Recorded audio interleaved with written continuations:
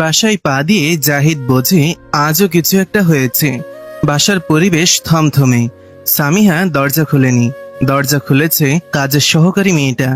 মা মাঝে ডাইনিং টেবিলে বসে নেই। খুব সূক্ষ্ম সাধারণ বিষয়, কিন্তু অভ্যস্ততার দরুন এক নজর তাকালেই মানুষ বোঝে যে আজ কিছু একটা ঠিক নেই। জাহিদ 6:30 থেকে 7টার ভেতরে ফেরে। এই সময়টা ও এলে কলিং বেল দিলে সামিহা দরজা খুলে দেয়।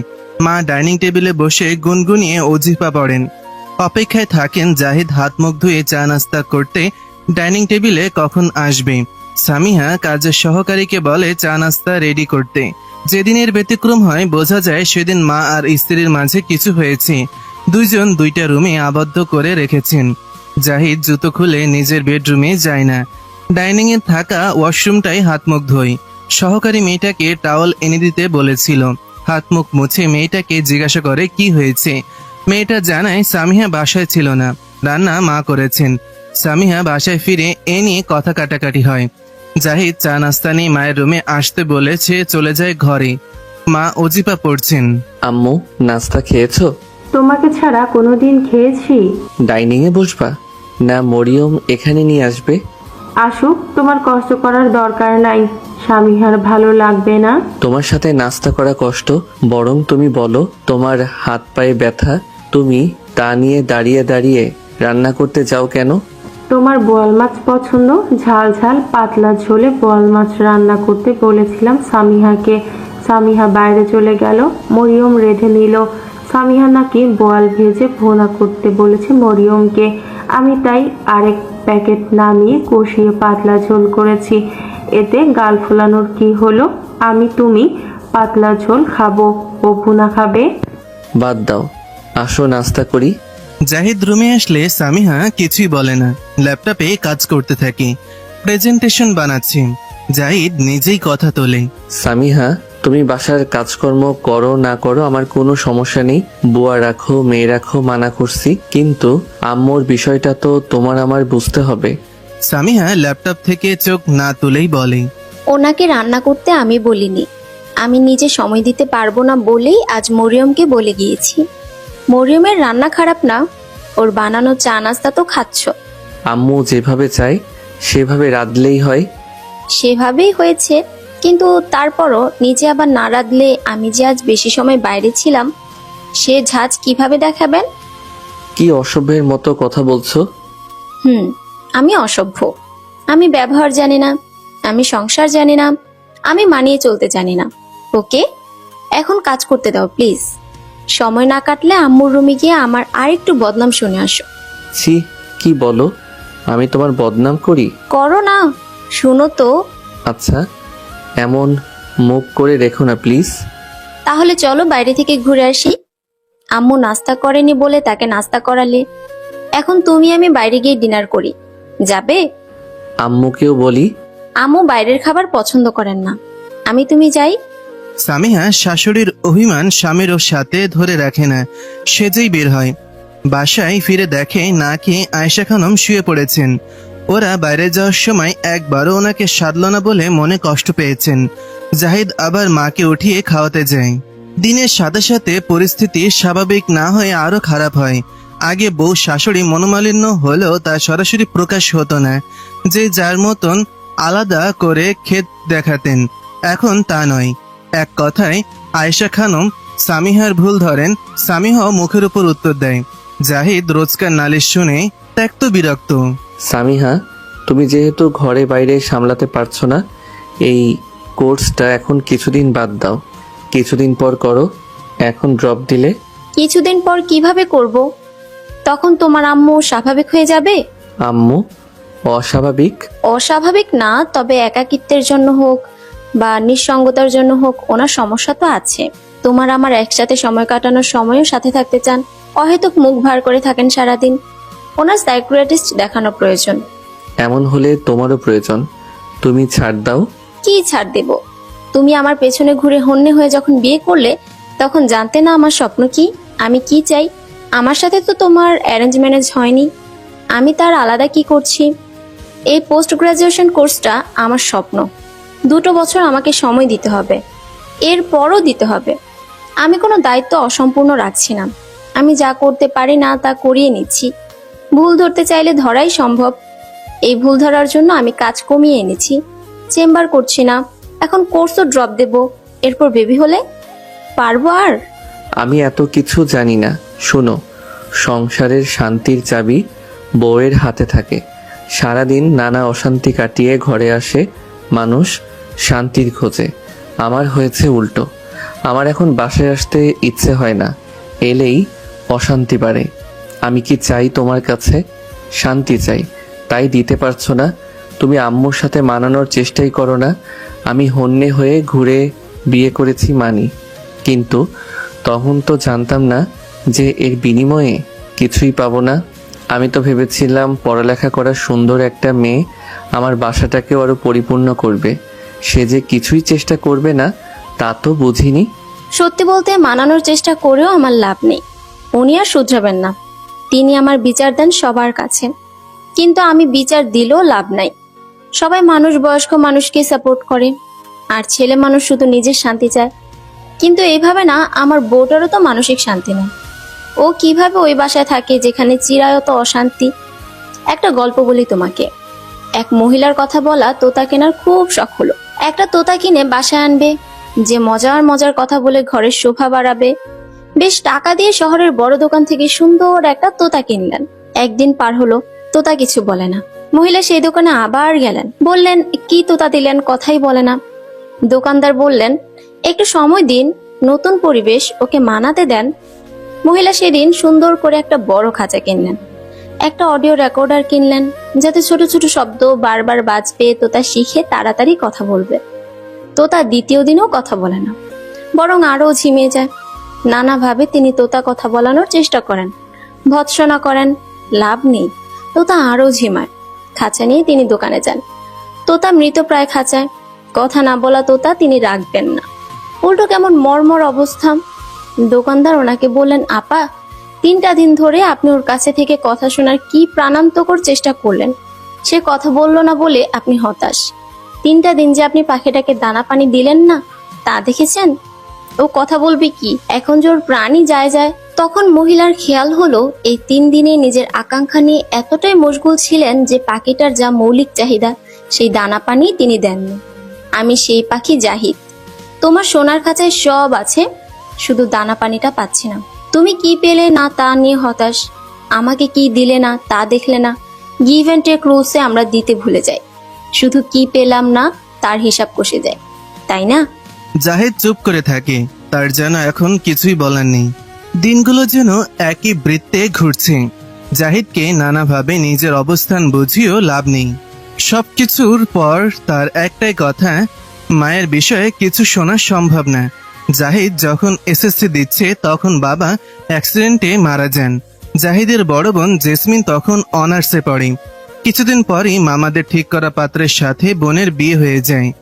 জাহিদের বাবা গরিব ছিলেন না, বাড়িটা জাহিদের দাদার করা। 4তলা বাড়ি পৈতৃক সূত্রে জাহিদের বাবার হয়। বাবার মৃত্যুর পর আর্থিক চাপে পড়তে হয়নি ঠিক, কিন্তু একাকী মায়ের সম্পূর্ণ দুনিয়া জুড়ে জাহিদই ছিল। জেসমিনও একমাত্র ভাইকে আদর আর কর্তৃত্বে রেখে অভ্যস্ত। জাহিদ যখন সামিয়ার কথা বাসায় জানায় তখন সামিয়াকে দেখে ওনাদেরও পছন্দ হয়েছিল। দেখতে সুন্দর, পুতুল পুতুল ডাক্তার মেয়ে, বাবা সরকারি কর্মকর্তা, মা শিক্ষিকা। ভালো পরিবার, একমাত্র ছেলের বউ হিসেবে সাজিয়ে গুছিয়ে মানুষের সামনে দেখানোর মতন যোগ্য। তখন কারো মনে আসেনি এই পুতুল পুতুল মেয়েটা শোপিস হয়ে ঘরের শোভা বাড়াতে আর ওনাদের কর্তৃত্ব মেনে নিতে আগ্রহী নাও হতে পারে। শুধু অর্থের যোগান থাকায় কেউ জীবনের জন্য যথেষ্ট নাও ভাবতে পারে, আর আরো অনেক চাহিদা থাকতে পারে। শাশুড়ি ননদের সাথে লড়াই করে নিজের জায়গা বানানোটা সামিহার জন্য আরো কঠিন হয়ে গিয়েছে জাহিদের নিঃশব্দ ওনাদের সাপোর্ট করে যাওয়ায়। ননদ অন্য সংসারের মানুষ হয়েও নিঃশব্দে এখানে কর্তৃত্ব করে যায়। শাশুড়ির কর্তৃত্ব হয় প্রকাশ্যে, আর জাহিদের ভূমিকা হয় চুপ থাকা। সামিয়ার দিনগুলো তাই একই বৃত্তে আবর্ত।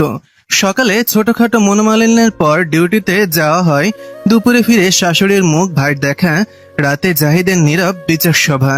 জাহিদের সাথে এখন আর তর্ক করে না, সে শুধু চুপচাপ পরিস্থিতি ম্যানেজ করে যেতে চায়। আর সেই ম্যানেজ করাটাই ধীরে ধীরে সামিয়ার মনে ক্ষত বড় করেছে। আজ কোর্সের অফলাইন ক্লাস নেই। দুপুরে সামিহা অনলাইন ক্লাস করছিল। পরের সপ্তাহে ওদের গ্রুপ প্রেজেন্টেশন। ক্যামেরা অফ রেখে মন দিয়ে টিচারের কথা শুনছিল। এমন সময় রান্নাঘর থেকে আয়েশা খানমের ডাক। সামিহা, এই সামিহা। প্রথমবার শুনেও সামিহা ওঠেনি, ভাবলো মরিয়ম আছে। দ্বিতীয়বার ডাকটা আরো তীক্ষ্ণ। কানেও যায় না এখন? ঘরে বসে কি করো সারাদিন আল্লাহ মালুম। সামিহা বিরক্ত মুখে উঠে আসে। জি আম্মু। ফ্রিজে গরুর মাংসটা উঠিয়ে রাখতে বলেছিলাম। আমি ক্লাসে ছিলাম আম্মু। মরিয়মকে বললেই হতো। তোমার তো সব সময় ক্লাস, সংসারও তো আছে নাকি? যেদিন ডিউটি থাকে সেদিন সারাদিন বাহিরে, ডিউটি না থাকলে ল্যাপটপে, এই তো চলে। সামিহা আর কিছু না বলে মাংস গুছিয়ে রাখে। ল্যাপটপে টিচার তার নাম ধরে ডেকেও সাড়া পায় না। প্রেজেন্টেশনের গুরুত্বপূর্ণ অংশটাও মিস করে। রাতে জাহিদকে বলেছিল ঘটনাটা। খুব বেশি অভিযোগ না, শুধু কষ্টের জায়গা থেকে। একটু বুঝে ডাকলেই পারতেন। আমি তো নাটক সিনেমা দেখছিলাম না, কাজেই ছিলাম। জাহিদ ফোন স্ক্রল করতে করতেই বলে, আম্মু ইচ্ছে করে করেনি। তুমি সবকিছু এত পার্সোনালি নাও কেন? আম্মু কি বোঝে যে ল্যাপটপেও ক্লাস হয় এখন? বললেই হতো আম্মুকে। সবকিছু জটিল করে না দেখে সহজ করে দেখলেই হয়। কারণ আমার জিনিসগুলো বারবার নষ্ট হচ্ছে, তাই সহজ থাকতে পারি না। তোমারও তো ছাড় দেওয়া উচিত। সংসারে একটু এদিক সেদিক হবেই, বিশেষ করে যখন আসলেই সময় দাও না। বাসায় যখন থাকো তখন বাসায় সময় দিবা, এই আশা করা তো অপরাধ না? সামিহা আর কথা বাড়ায় না। এই বাসায় তার ক্ষতিগুলো কারো চোখেই ক্ষত না, সবার কাছেই অতিরঞ্জন। তাছাড়া সামিয়া তর্কে জড়াতেও ইচ্ছা করছে না। শরীর ভালো লাগছে না কয়েকদিন ধরে। পিরিয়ড মিস হয়েছে। খবরটা ভালো না খারাপ বুঝতে পারছে না। বাচ্চার আগমনে সব আরো কঠিন হবে না তো? খবর জানতে পেরে জাহিদ খুব খুশি হয়। আয়েশা খানমও যেন অনেকদিন পর সত্যিকার অর্থে সামিহার কোনো খবরে খুশি হলেন। আত্মীয় স্বজনকে ফোন দিয়ে বলতে লাগলেন। আলহামদুলিল্লাহ, এবার ঘর ভরবে। শুধু সামিহার ভেতরেই অদ্ভুত এক ভয় কাজ করছিল। কারণ ঠিক সেই সময়টাতে ওর কোর্সের ফাইনাল ব্লকগুলো শুরু হওয়ার কথা। শরীর খারাপ করছিল খুব, বমি, দুর্বলতা, মাথা ঘোরা। তবু ল্যাপটপ খুলে বসতো। কিন্তু আয়েশা খানম প্রায় বলতেন, এই অবস্থায় এত স্ক্রিনের দিকে তাকিয়ে থাকা ঠিক না। এখন থেকে নিজের যত্ন নাও। বাচ্চা হলে এসব কোর্স করেই বাকি হবে। ধীরে ধীরে কথাগুলো উপদেশের চেয়ে চাপ হয়ে উঠতে লাগলো। একদিন সন্ধ্যায় সামিহা বিছানায় আটশোয়া হয়ে ক্লাস করছিল। হঠাৎ আয়েশা খানম রুমে এসে ল্যাপটপের দিকে তাকিয়ে বললেন, এখনো এসব বন্ধ করনি? আম্মু আর কয়েকটা মাস। মা হওয়া এত সহজ না। আমরা তো এসব করি নাই, সংসার সামলিয়েছি, বাচ্চা সামলিয়েছি। এখনকার মেয়েদের এত ডিগ্রি লাগে কেন বুঝি না। সামিহা চুপ করেছিল, কারণ সে জানতো এই কথার উত্তর দিলে তা অসম্মান হিসেবেই ধরা হবে। কিন্তু সেদিন রাতে জাহিদও একই কথা বলতে লাগলো। শোনো, আমার মনে হয় এখন কোর্সটা বন্ধ রাখা উচিত। সামিহা অনেকক্ষণ স্থির তাকিয়ে ছিল ওর দিকে। তুমিও? প্রেগনেন্সিটা গুরুত্বপূর্ণ না? কোর্স কি গুরুত্বপূর্ণ না? দুটো একসাথে সবসময় হয় না। হয় না নাকি তোমরা হতে দাও না? জাহিদ বিরক্ত হয়ে বলেছিল। আবার তোমরা শুরু করো না, সবকিছুতে আম্মুকে টানার কি আছে? সামিহার চোখে কষ্ট কিন্তু মুখে হাসি। মজার ব্যাপার কি জানো, তোমার আম্মু সরাসরি কিছু বলেন, তাই ওনাকে বুঝি। কিন্তু সব সময় শান্তির কথা বলে আসলে তার পক্ষটাই নাও। এত নিঃশব্দে নাও যে প্রমাণও করা যায় না। আমি শুধু চাই না তোমার চাপ হোক। না জাহিদ, তুমি শুধু চাও তোমার জীবন সহজ হোক। কথাটা বলার পর ঘরে খুব বড় নীরবতা নেমে আসে। জাহিদ পাশ থেকে উঠে বসার ঘরে চলে যায়। তার এক সপ্তাহ পর সামিহা কোর্স থেকে ড্রপ নেয়। কাউকে কিছু জানায় না আর। সেদিন বাড়ি ফেরার পথে পুরো পথটা কেঁদেছিল। মনে হচ্ছিল জীবনের খুব প্রিয় একটা দরজা সে নিজেই বন্ধ করে দিল। সামিহার শুধু মনে হচ্ছিল তার ভেতরে যেন ধীরে ধীরে কেউ মারা যাচ্ছে। এক সপ্তাহ পর বাসায় সবাই জানতে পারে সামিহা কোর্স ড্রপ দিয়েছে। জাহিদ এই সিদ্ধান্তকে সঠিক বলে। এ সময় সামিহার অযথা চাপ না নেওয়াই ভালো। কোর্স শেষ করা অনেক চাপ। ড্রপ বলতে আমি কোর্স ছাড়িনি, কিছুদিনের জন্য ব্রেক নিচ্ছি। ও আচ্ছা, ছাড়নি যে এটা এখন আম্মুকে বলার দরকার নেই। কেন? কেন আবার? এমনি তোমার যখন আবার জয়েন করার সময় হবে তখন জানিও। সব অ্যাডভান্স বলারই কি প্রয়োজন। তবে ভালোই হলো তুমি ব্রেক নিয়েছো। আমরা তো একে অপরকে সময় দিতে পারিনি বিয়ের পর। দুজনই পোস্ট গ্র্যাজুয়েশনের পড়ায় এত ব্যস্ত হলাম। এখন দুজন আমাদের বাবুকে ওয়েলকাম করি। জাহিদ এ কথা বললেও বাস্তবতা ভিন্ন হয়। জাহিদের জীবন থেমে থাকেনি একটু। সকালবেলা হাসপাতালের ট্রেনিং, রাত জেগে পড়াশোনা, সিনিয়রদের সাথে কেস ডিসকাশন, সব মিলে সে আরো ব্যস্ত হয়ে উঠেছিল। অথবা সামিহা সারাদিন বসে থাকায় জাহিদের এই স্বাভাবিক ব্যস্ততাও আরো বেশি চোখে লাগছিল। বাসায় ফিরেও জাহিদ বই, ল্যাপটপ আর মেডিকেলের জার্নালের ভেতরে ডুবে থাকত। মাঝে মাঝে সামিহার মনে হতো জাহিদের সাথে সংসারে আসলে একটা চলমান রুটিন, অথচ সামিহার পৃথিবীটা উল্টে ছোট হতে হতে শুধু এই বাসার চার দেয়ালে আটকে গেছে। প্রেগন্যান্সির শুরুর সময় কষ্ট কমলেও মানসিক ক্লান্তিটা বাড়ছে। শরীর ভারী হওয়ার সাথে সাথে নিজের ভেতরের শূন্যতাও যেন ভারী হচ্ছিল। মাঝে মাঝে খুব ইচ্ছে করতো জাহিদকে নিয়ে কোথাও একটু ঘুরে বের হতে, শুধু দুজনে চুপচাপ কোথাও বসে প্রকৃতি দেখত, বৃষ্টির দিনে জানালার পাশে বসে চা খেত, কিংবা রাতে গান শুনতে শুনতে শহরটা ঘুরত। কিন্তু সেই ছোট্ট ইচ্ছেগুলো ধীরে ধীরে অস্বস্তির কারণ হয়ে উঠল। কেননা বের হতে গেলেই কিংবা একা সময় কাটাতে গেলেই অবধারিতভাবে আয়েশা খানম হাজির হন। কখনো ছেলেকে জরুরি আলাপ আছে বলে রুমে ডেকে নেন, কখনো তখনই মেয়ের বাসায় যেতে হবে বলে আগে ওনাকে বাইরে নেওয়ার গো ধরেন। কখনো সন্ধ্যায় বের হওয়া ভালো না, কখনো ভর দুপুরে বের হতে হয় না। ডাক্তার মেয়ে হয়েও এসব কুসংস্কারের শেকল পায়ে পড়তে হয়। আজ জাহিদের ডিউটি নেই, দুপুরে ফিরে এসে খেয়ে ঘুম দিয়েছে। বিকেলে উঠে বলল, চলো সন্ধ্যায় একটু বাইরে যাই, তোমারও মন ভালো হবে। সামিহার ভেতরটা হঠাৎ উজ্জ্বল হয়ে ওঠে। কতদিন পর জাহিদ নিচে থেকে কিছু বলল। ও খুশি মনে আলমারি খুলে শাড়ি বের করছিল, এমন সময় ড্রয়িং রুম থেকে আয়েশা খানমের গলা ভেসে আসে। কোথাও যাচ্ছ নাকি তোমরা? আমিও তাহলে রেডি হই, অনেক দিন কোথাও যাই না। সামিহার হাত থেমে গিয়েছিল। খুব ছোট্ট একটা মুহূর্ত, কিন্তু সেই মুহূর্তেই বুকের ভেতরের আনন্দটা কেমন নিভে যায়। জাহিদ একবারও বলেনি, আম্মু আজ আমরা একটু একা যেতে চাই। বরং কয়েক মিনিট পর রুম থেকে এসে যখন দেখলো সামিহা রেডি না হয়ে চুপচাপ বসে আছে, তখন শুধু বলল, আম্মুকেও নিয়ে গেলে সমস্যা কি? কোনো সমস্যা না। তাহলে রেডি হচ্ছ না যে? আমি রেডি। এভাবেই যাবে? শাড়ি বের করলে না? পেট বড় হয়ে গিয়েছে, এখন শাড়ি পরলে ভালো লাগবে না। তোমার আম্মু বলবে যে নজর লাগবে। আমি এভাবেই ঠিক আছি। তারপর পুরো সন্ধ্যাটা রেস্টুরেন্টে আয়েশা খানমের পছন্দের খাবার অর্ডার, পরিচিত মানুষদের নিয়ে গল্প আর জাহিদের ব্যস্ত ফোন কলের মাঝেই কেটে যায়। সামিহা শুধু চুপচাপ বসেছিল। বাসায় ফেরার পথে মনে হচ্ছিল সে যেন নিজের সংসারে অতিরিক্ত কেউ। এমন ঘটনা একবার না, বারবার হতে থাকে। জাহিদ রাতে দেরি করে ফিরেও ক্লান্ত। সামিহা অপেক্ষা করত সারাদিনের দুটো কথা বলবে বলে, কিন্তু জাহিদের উত্তরগুলো ছোট হয়ে যাচ্ছিল দিন দিন। আচ্ছা, এত চিন্তা করো না। একদিন সামিহা খুব শান্ত গলায় বলে, আমার মনে হয় তুমি আর আগের মানুষটা নেই।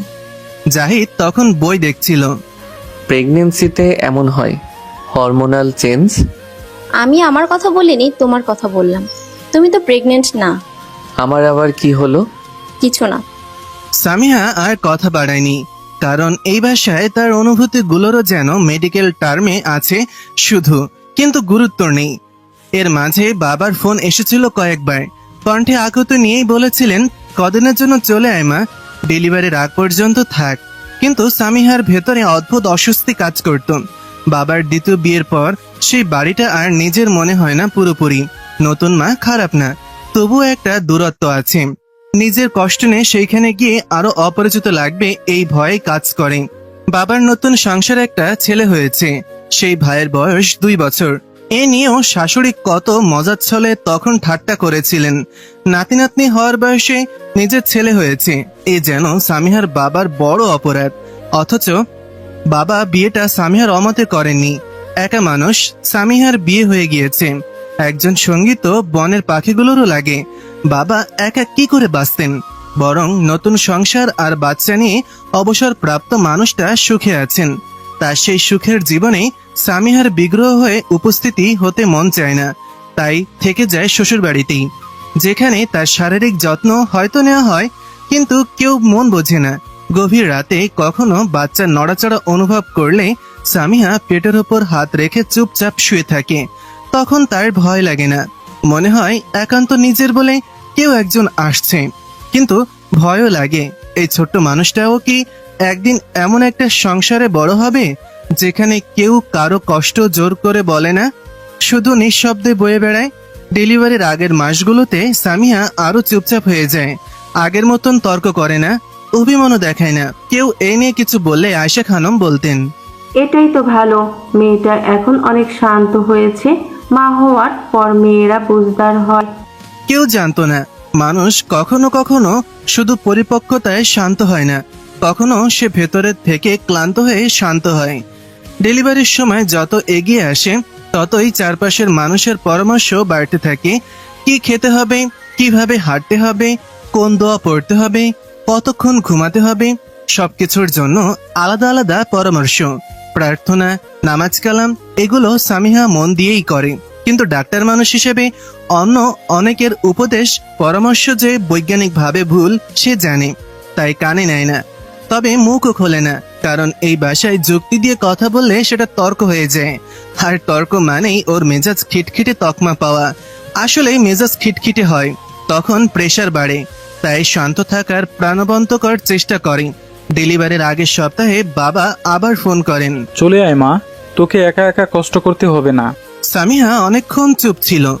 ওপাশে ছোট্ট ভাইটার আধো আধো গলা আসছিল, নতুন মা ওর হাসছিলেন, সেই হাসির ভেতর শান্তি ছিল। বাবাও ছোট ভাইয়ের অনেক দুষ্টুমির গল্প করেন। বহুদিন পর মানুষটার জীবনে সুখ এসেছে।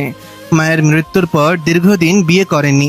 সামিহাকে বিয়ে দিয়ে তিনি আক্ষরিক অর্থে একাকী ছিলেন। বাবার ওপর তাই সামিহার রাগ নেই। নিঃসঙ্গ মানুষ সঙ্গী নিতেই পারে, তবুও মায়ের জায়গায় অন্য মহিলা দেখার অনুভূতি কষ্টের। তাই সামিহা শুধু বলেছিল, আমি ভালো আছি বাবা, এখানে থাকলে সুবিধা হবে। আসলে সে ভেবেছিল শাশুড়ি আছেন, অন্তত সন্তান হওয়ার পর একজন অভিজ্ঞ নারী পাশে থাকবেন। নতুন মা হয়ে যে ভয়, ক্লান্তি, অস্থিরতা আসে সেটা হয়তো ভাগ হয়ে যাবে, কিন্তু সন্তান জন্মের পর সে বুঝলো সব অভিজ্ঞতা আসলে সাহায্য আর যত্ন বয়ে আনে না।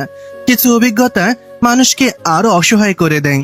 ছেলে হওয়ার পর প্রথম কয়েকদিন সবাই খুব ব্যস্ত ছিল।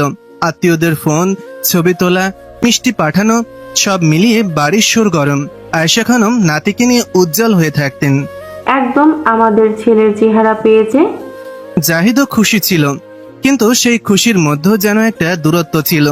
বাচ্চাকে কোলে নিত, ছবি তুলতো, তারপর আবার হাসপাতালে ডিউটি, পড়াশোনা, কনফারেন্স, কেস রিপোর্টে ডুবে যেত। তার বাহানা ছিল ছোট বাচ্চা রাখতে পারে না। আয়েশা খানমও জাহিদের কাছে বাচ্চা দিতে মানা করতেন, কারণ ওনার অভিজ্ঞতা হলো বাচ্চাকে বেশি বাবার নেওটা করা যাবে না, এতে বাবার কাজ ক্ষতিগ্রস্ত হয়, বাবার আরাম হয় না, বাচ্চা মায়ের কাছেই থাকতে হয়।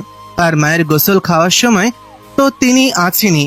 রাতেও তিনি প্রথম কয়েকদিন সামিহার সাথে শুয়েছেন, কারণ ছেলে অনভিজ্ঞ। সে পাশে থাকলে সামিহার লাভ হবে না, বরং জাহিদের ঘুমও হবে না। তারপর নিজের আরাম হচ্ছে না বলে নিজের রুমে ফিরে গেলেন। এই রাতগুলোই সামিহার সবচেয়ে কঠিন ছিল। বাচ্চা কাঁদে, সামিহা উঠে বসে, দুধ খাওয়ায়, ডায়পার বদলায়, আবার কাঁদে, আবার কোলে নেয়। সিজারের সেলাই এখনো পুরো শুকায়নি। শরীরের ব্যথা নিয়ে রাতের পর রাত জেগে থাকা মানুষকে ভেতর থেকে ফাঁপা করে দেয়। তার ওপর আয়েশা খানমের সারাক্ষণ মন্তব্য, বাবু ঠিক মতন দুধ পাচ্ছে না, শুয়ে খাওয়াচ্ছ কেন, বসে খাওয়াও, এত কোলের অভ্যাস করালে খারাপ হবে, মা হয়ে গেছে, এখন এত ঘুমোলে চলবে। একদিন দুপুরে বাচ্চা একটু বেশি কাঁদছিল। সামিহা অনেক চেষ্টা করেও শান্ত করতে পারছিল না। তখন আয়েশা খানম এসে প্রায় কোল থেকে টেনে নিয়ে বললেন, এভাবে হয়? ডাক্তার হয়ে নিজের বাচ্চাই সামলাতে পারো না? কথাটা খুব জোরে বলা হয়নি, কিন্তু মানুষের কিছু কথা চড়ের থেকেও বেশি শব্দ করে মনে বাজে। সেদিন রাতে ওয়াশরুমে গিয়ে আয়নার সামনে দাঁড়িয়ে সামিহা নিজেকে দেখছিল। এলোমেলো চুল, চোখের নিচে কালি, ফ্যাকাশে মুখ। এই মেয়েটাকে সত্যি সে সামিহা, যে একসময় হাসপাতালের টানা 12 ঘন্টা ডিউটি করে হাসি মুখে বাসায় ফিরত? জাহিদ প্রথম দিকে মাঝে মধ্যে রাতে ফিরে কিছু লাগবে কিনা দেখত, পানি বা টুকটাক খাবার এনে দিত সামিহাকে। কিন্তু কিছুদিন পর আয়েশা খানম বললেন, তোমার তো সকালে হাসপাতালে যেতে হয়, এভাবে ঘুম না হলে শরীর খারাপ করবে। তারপর এক রাতে জাহিদ খুব স্বাভাবিক গলায় বলল, আমি ভাবছি আমার জিনিসপত্র পাশের রুমে নিয়ে যাব, পড়তে সুবিধা হয়। আপাতত আমি ওখানেই ঘুমাই। সামিহা তখন বাচ্চাকে বুকের দুধ খাওয়াচ্ছিল। মানে? বাবু রাতে অনেক কাঁদে, আমার ঘুমটা ডিস্টার্ব হচ্ছে। রাতে না ঘুমালে আমার সমস্যা হবে। ও, কে বললো? আহারে খোকাটা, না ঘুমালে খুব ক্ষতি হবে। তুমি এভাবে কথা বলছো কেন? কিছু না। সামিহা আর কিছুই বলেনি, শুধু মনে হচ্ছিল সন্তান প্রাপ্তির কষ্ট দুজনের ছিল না কখনো। সন্তান জন্মের আগে পরে দায়িত্বটা অদৃশ্যভাবে শুধু তার উপর এসে পড়েছে। সেই রাত থেকেই জাহিদ আলাদা রুমে ঘুমাতে শুরু করে। দিনগুলো আরো নিঃসঙ্গ হয়ে উঠতে থাকে। বাচ্চা ঘুমালে সামিহা ফোন হাতে নিয়ে চুপচাপ বসে থাকত। কথা বলার মতন মানুষ নেই, নিজের জন্য আলাদা কোনো সময় নেই। মাঝে মাঝে মনে হতো সে শুধু একটা চলমান দায়িত্বে পরিণত হয়েছে। এর মাঝেও খেয়াল করেছে জাহিদ ফোনে অনেক সময় কাটাচ্ছে, বারবার মেসেজ আসে ফোনে। সেদিন জাহিদ বাথরুমে ছিল, স্ক্রিন জ্বলতেই নামটা চোখে পড়ে। ভাইয়া, কালকের প্রেজেন্টেশনের স্লাইডটা পাঠিয়েন প্লিজ। কি মনে হতে সামিহা ফোন হাতে নিয়ে বাকি কথোপকথন দেখে। তার নিচে আরো কয়েকটা পুরনো নোটিফিকেশন, হাসির ইমোজি, রাত 2টায় কথোপকথন, ডিউটির ফাঁকে কফির ছবি। সামিহার বুকের ভেতর কেমন ঠান্ডা হয়ে যায়। সে কিছু বলেনি তখন, কিন্তু পরের দিন রাতে জাহিদ ফোন দেখছিল তখন। সামিহা শান্ত গলায় জিজ্ঞেস করেছিল, মেহরিন তোমার খুব কাছের? জাহিদ ভুরু কুচকে তাকায়। মানে? অনেক কথা হয় দেখলাম। ও আমার জুনিয়র রেসিডেন্ট। রাত 2টায়ও? জাহিদের গলায় বিরক্তি চলে আসে। তুমি এখন এসব নিয়ে সন্দেহ করছো? আমি শুধু জিজ্ঞেস করেছি। তোমার সমস্যা কি জানো? সারাদিন বাসায় বসে বসে তুমি ওভার থিঙ্ক করো, মানুষের সাথে মিশো না, কোনো কাজে নেই, তোমার শরীর মন দুইটাই জং ধরে গেছে। কথাগুলো শুনে সামিহা কয়েক সেকেন্ড চুপ ছিল, তারপর খুব আস্তে বলল, বাসায় বসে আছি আমি ইচ্ছা করে? জাহিদ দীর্ঘশ্বাস ফেলে। আমি অনেক টায়ার্ড। সামিহা আর কিছু বলেনি, কারণ সে হঠাৎ বুঝতে পারে এই সংসারে তার কষ্টেরও একটা সীমা আছে, যতক্ষণ সেটা অন্য কারো অসুবিধার কারণ না হয়। রাত গভীর হলে বাচ্চাটা আবার কেঁদে ওঠে। সামিহা কোলে তুলে নেয়। পাশের রুমের দরজা বন্ধ, সেখানে নিশ্চিন্তে ঘুমে জাহিদ। আর এই রুমে আধো অন্ধকারে বসে সামিহার হঠাৎ মনে হয়, মানুষ আসলে একদিনে একা হয় না, ধীরে ধীরে হয়, প্রতিদিন একটু একটু করে। কিন্তু এভাবে সে শেষ হবে না, তাকে উঠে দাঁড়াতেই হবে। সিদ্ধান্ত নেওয়াটা সহজ ছিল না, হয়তো নিতেও পারত না, কিন্তু অনেক নির্ঘুম রাতের ক্লান্তি, নিঃশব্দ অপমান গিলে ফেলার পর মনে হলো ধীরে ধীরে নিজের ভেতরের মানুষটাকেই হারিয়ে ফেলছে কিনা। সেই ভয় থেকে সিদ্ধান্তটা নিতে পেরেছে। জাহিদ যেদিন বলেছিল সারাদিন বাসায় থেকে শরীর আর মানছে না, জং ধরেছে, সামিহা সেদিনই মনে হলো আজ এতটুকু করেছে, তাও এক জুনিয়র রেসিডেন্টের সাথে তুলনা করে। কাল তো ওকে আমার ঘাড়ে বসে খাও বলতেও পিছপা হবে না। একসময় এমন দক্ষ চৌকস রেসিডেন্টও সামিয়াও ছিল। জং যারা ধরালো তারাই আজ খোঁচা দিচ্ছে। এরপর আসলে বসে বসে নিজেকে শেষ হতে দেওয়া সম্ভব না, কেননা ও বুঝতে পেরেছিল এভাবে চলতে থাকলে একদিন সে শুধু কারো মা হয়ে থাকবে, কারো স্ত্রী হয়ে থাকবে, কিন্তু ডাক্তার সামিয়া পরিচয়টা শুধু কাগজে কলমে থাকবে। তাই নিজেকে গুছিয়ে নেওয়ার প্রস্তুতি নেয় নীরবে। ছেলের বয়স তখন সবে 6 মাস পেরিয়েছে। আস্তে আস্তে বাড়তি খাবার দিতে চেষ্টা করছে। এখানেও সবাই নানা রকমের পরামর্শ ডালা খুলে বসেছিল, কিন্তু এবার সামিহার ডাক্তার সত্তা জেগে ওঠে। নিজের সাথে অনেক কিছু মেনে নিলেও বাচ্চার খাওয়ার বিষয়ে সে শিশু ডাক্তারের পরামর্শ ছাড়া কোনো খাবার দিতে রাজি না। এই নিয়ে শাশুড়ির সাথে দ্বন্দ্ব হলেও নরম হচ্ছে না। জিহান কিন্তু আম্মুরও নাতি সামিহা, আমার বাচ্চা মানে আম্মুর জান। সামিহা জিহানকে একটু আপেল ম্যাশ করে খাওয়াচ্ছে, বুঝে যায় নালিশ চলে গিয়েছে। জিহান আমারও অংশ আছে তো, তাই জান হওয়া এত সহজ না। সে জায়গায় এখনো আপুর বাচ্চারা আছে। তোমার মাথায় আছে এসব? দাদি হয় আম্মু, একমাত্র নাতি, আদর কম করে কেন মনে হয় তোমার? দাদি হয় কিন্তু একমাত্র নাতি না। আপুর বাচ্চাদের লম্বা সময় রেখে আম্মু এত ক্লান্ত হয়েছেন যে এই নাতিকে দেখার কথা আর ভাবতেও পারেন না। জান হলে তো পারতেন। যাই হোক, কথা চালালে ঝগড়া হবে।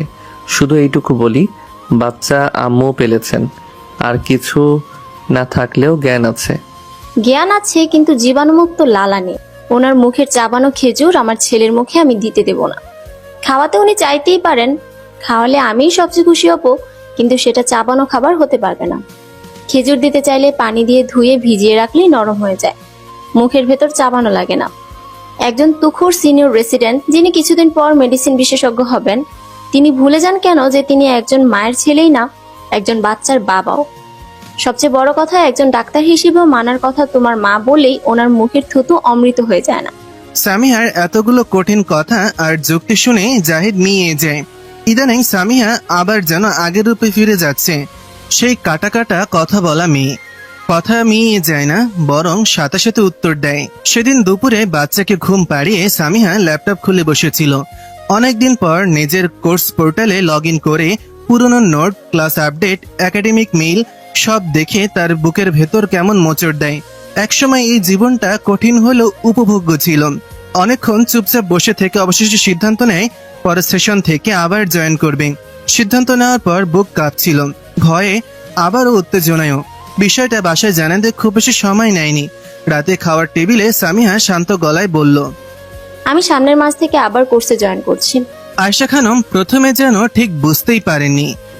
মানে এখন? হ্যাঁ, আমার মাতৃত্বকালীন ছুটি তো কবেই শেষ, আর বাড়াতে চাই না। এইটুকু বাচ্চা রেখে? বাচ্চা শুধু আমার একার নাম। কথাটা খুব শান্তস্বরে বললেও টেবিলের পরিবেশ মুহূর্তেই ভারী হয়ে যায়। আয়েশা খানম ঠোঁট বাঁকান। মায়েরা এসব পারে না সামিহা। টাকা পয়সার এত দরকার তোমার? জাহিদ কি কম আয় করে? আপুর হাজবেন্ডের আয় কম তাহলে, কিন্তু স্কুল টিচারের বেতন তো কম।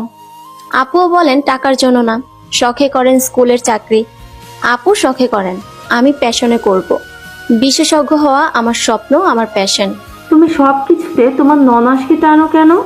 কারণ আমি সবকিছুতে ওনার তুলনা পাই। কত ভালো সংসার করেন আপু, কত ভালো মা, কত ভালো রাঁধেন। তাই মনে হলো আপুর উদাহরণ আনাই ভালো হয়। জাহিদ এতক্ষণ চুপ ছিল, এবার গ্লাস নামিয়ে বলে, হঠাৎ আবার জয়েন করার কারণ কি? আবার মানে, আমার কি কোর্স শেষ করা দরকার না? দরকার, কিন্তু এখনই কেন? এর কারণ কি অন্য কিছু? তোমাকে আগেও বলেছি, অযথা সন্দেহ করে অশান্তি করো না। সন্দেহ? কাকে? তোকে? কেন? শাশুড়ির কথায় সামিহা গা দেয় না। বলো আম্মুকে এবার, কেন সন্দেহ করি? কথা বলো না তাই ভালো। তোমার সাথে নিঃশব্দের সংসারে আমি অভ্যস্ত হয়ে গিয়েছি। এখন বলে যখন ফেলেছো, তখন উত্তর দাও কেন সন্দেহ করি। বলো, একজন নতুন রেসিডেন্টের সাথে রাতভর কথা বলা খুব স্বাভাবিক, তার সাথে বাইরে কফি খাওয়া স্বাভাবিক, অপ্রয়োজনীয় চ্যাট করা স্বাভাবিক, কিন্তু একজন মা নিজের ক্যারিয়ার ফিরতে চাইলে সেটা অস্বাভাবিক। তুমি বিষয়টা ঘুরাচ্ছ। না, আমি শুধু নিজের জীবনে ফিরে যেতে চাইছি। তাহলে শুনে রাখো, এমন কিছুই নেই, এগুলো পুরোপুরি তোমার কল্পনা। সামিহা এবার হালকা হাসল। হতে পারে, কিন্তু আমার জীবনটা তো বাস্তব জাহিদ, সেটা আমি আর কল্পনার মতো হারিয়ে যেতে দেব না। সেদিন রাতে আয়েশা খানমই জাহিদকে বলে আলাদা রুমে আর থাকতে না, ছেলেকে নিজের রুমে পাঠায় ঘুমাতে। ছেলের বইয়ের প্রতি অনেক অভিযোগ থাকলেও ছেলে এমন কিছুতে নিজেকে জড়াক তা আবার চান না। সামিহা দেখেও কিছু বলে না। রাতে বাচ্চা ঘুমলে জাহিদ যখন কাছে আসতে চায়, মানাও করে না। জাহিদের সাথে সংসার অস্বীকার করছে না, তবে সংসার করতে হন্যে হয়ে শেষও হবে না। তবুও পরদিন থেকে বাসার পরিবেশ বদলে যায়। আয়েশা খানম প্রায় সবার সামনেই বলতে শুরু করেন, আজকালকার মেয়েদের মা হওয়ার ধৈর্য নেই। ক্যারিয়ার না করলে যেন জীবন বৃথা। এত ছোট বাচ্চাই বা মানুষের হাতে মানুষ হবে। ডাক্তারি কি 2-4 ঘন্টার কাজ? ঘন্টার পর ঘন্টা ডিউটি। তবুও সামিহা সিদ্ধান্ত অটল দেখে আয়েশা খানম স্পষ্ট জানিয়ে দিলেন, আমি কিন্তু সারাদিন বাচ্চা সামলাতে পারবো না। এই বয়সে আমারও শরীর আছে। জি আমি জানি, সে ব্যবস্থাও করছি। গত কয়েকদিন ধরেই অনলাইনে ন্যানি খুঁজছিল। 2 দিন পর একটা মেয়েকেও ঠিক করে ফেলে। বয়স কম, স্বভাব শান্ত, বাচ্চা সামলানোর অভিজ্ঞতাও আছে। জাহিদ শুনে বিরক্ত হয়। বাড়িতে বাইরের মানুষ রাখবে? ভরসা কি? এজেন্সি সব কাগজপত্র দিয়েছে, এনআইডি, বাসার ঠিকানা, নিরাপত্তার জিম্মাদার ওরা। তুমি আরো কিছুদিন গ্যাপ নিতে পারতে। কতদিন? জাহিদ উত্তর দিতে পারে না। উত্তর নাই তো, হয়তো বলবে আরো কিছুদিন পর। কিন্তু এই আরো কিছুদিন কথাটা শেষ আসলে কখনো হয় না। তাই যেমন নিঃশব্দে নিজের মতো জীবন কাটাচ্ছ তাই করো। আমার এলোমেলো জীবন আমি গুছিয়ে নেই প্লিজ, তোমার উপর কিছু চাপাচ্ছি না। ন্যানির বেতন, নিজের যাতায়াত, কোর্সের খরচ সব মিলিয়ে টাকার প্রয়োজন ছিল। নিজের কিছু জমানো টাকা ছিল, কিন্তু এতদিন ধরে বাসায় কত টুকটাক খরচ থাকে। ডাক্তার মেয়ে হয়ে পড়েছে বিপদে। জাহিদ নিজ থেকে না দিলে চেয়ে খরচ নিতে পারতো না, আত্মসম্মানে লাগতো। তাই নিজের জমানো টাকা খরচ হয়েছে, এখন তো আরো চাইতে পারবে না। জাহিদ নিজ থেকে বললে নিত, কিন্তু কিছু না বলায় জাহিদের কাছে চাইতে পারেনি সামিহা। অদ্ভুত এক আত্মসম্মান কাজ করেছিল। যে মানুষটা তার প্রয়োজনগুলোকে বারবার অতিরিক্ত আবেগ বলে এড়িয়ে গিয়েছে, তার কাছে হাত পাততে মন চাইছিল না। এক বিকেলে আলমারি খুলে ছোট্ট লাল বক্সটা বের করে সে। মায়ের দেওয়া পাতলা সোনার চেইন আছে। বিয়ের সময় বাবা মায়ের টুকটাক সব গয়নাই ওকে দিয়েছিল। চেইনটা হাতে নিয়ে অনেকক্ষণ বসেছিল সামিহা, তারপর পরের দিন চুপচাপ সেটা বিক্রি করে দেয়। টাকা হাতে নিয়ে ফেরার সময় বুকটা কেমন খালি লাগছিল। তবুও বহুদিন পর নিজের সিদ্ধান্তে নিজের অস্তিত্ব টের পাচ্ছিল সে। কোর্সের প্রথম দিন যাওয়ায় সকালে আয়নার সামনে দাঁড়িয়ে ওড়না ঠিক করছিল সামিহা। নিজের চোখের নিচে কালি এখনো যায়নি, শরীর এখনো পুরোপুরি আগের মতন হয়নি, কিন্তু বহুদিন পর নিজের চোখে সে একটুখানি প্রাণ দেখতে পেল। বিছানায় শুয়ে থাকা ছেলেটার কপালে চুমু খেয়ে ফিসফিস করে বলল, আম্মু খুব তাড়াতাড়ি ফিরবো বাবা, মায়ের উপর অভিমান করো না। তুমি মায়ের সাহস শক্তি, তুমি একসময় বুঝবে মায়ের জন্য এসব সহজ ছিল না। ড্রয়িং রুমে বের হতেই আয়েশা খানমের গলা আসে, বাচ্চার থেকে ক্যারিয়ার বড় হয়ে গেল শেষমেশ। আমার ছেলে মেয়েদের জন্য আমি সব ছেড়েছিলাম বলেই কিন্তু আজ ওরা মানুষ হয়েছে।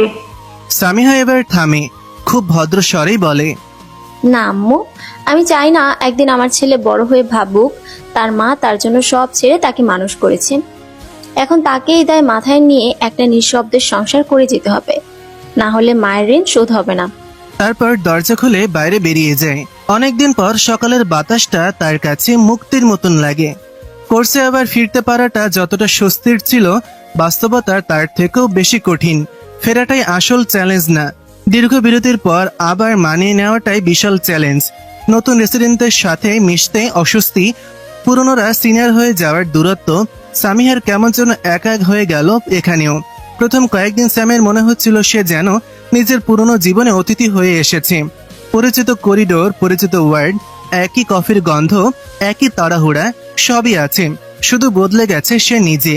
একসময় যে মেয়ে টানা ডিউটির পরও আত্মবিশ্বাস নিয়ে কেস ডিসকাশনে বসতো, নতুন কোনো রোগী এলে সে চিকিৎসা বিষয়ক পড়ালেখা সেই দিনই করে ফেলতো, ঝটপট প্রেজেন্টেশন তৈরি করে ফেলতে পারত, এখন সে সামিহার মাথা দুপুরের পর ঝিমঝিম করে।